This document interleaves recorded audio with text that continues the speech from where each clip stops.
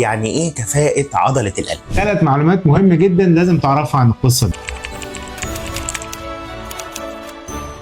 دكتور، آخر مرة حضرتك عملنا موجات صوتية كانت ارتفاعات العضلة كانت حضرتك قلت لي كانت 38%، وبعد 3 شهور عدناها تاني طلعت 34%، وده مؤثر على مجهودي وحركتي ومجهود القلب.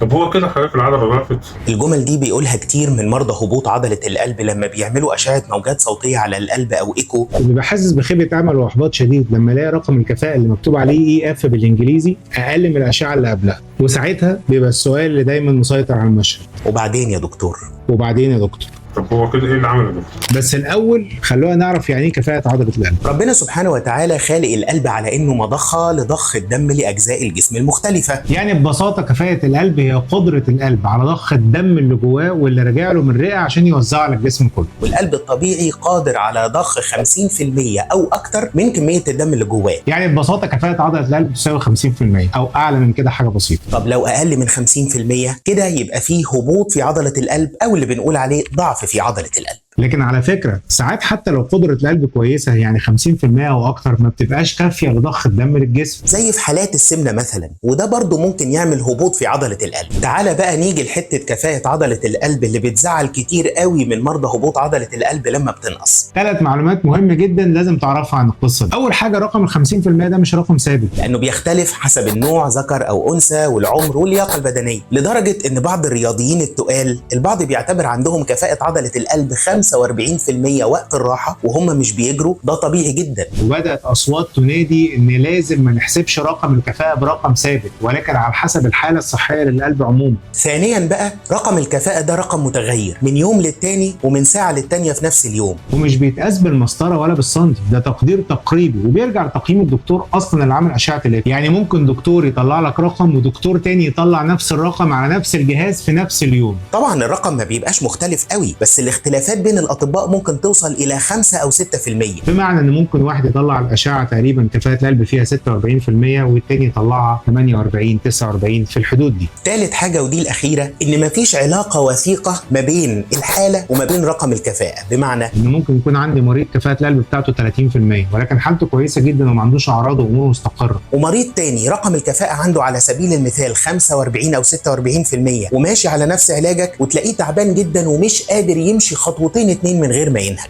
واخيرا تعالى اطمنك واعرفك ان السنين الاخيره شهدت تطور كبير في علاج مرضى ضعف عضله القلب. العلاجات بدات تاثر مش بس على رفع الكفاءه في المجهود، الا انها كمان بترفع رقم الكفاءه اللي مزعلك ده. يعني بقى في عندي ادويه وحلول كتير تخلي رقم كفاءه القلب اللي انت بتشوفه ده اعلى من اللي انت متعود عليه. وفي النهايه لازم تعرف ان جسم الانسان مش بيتقاس بالسنتيمتر ولا هو مسطره وهندسه، جسم الانسان معقد جدا والفرايتي فيه كبير، فما تشغلش بالك بالارقام وما تزعلش نفسك قوي كده. واستنونا المره الجايه نتكلم في موضوع جديد.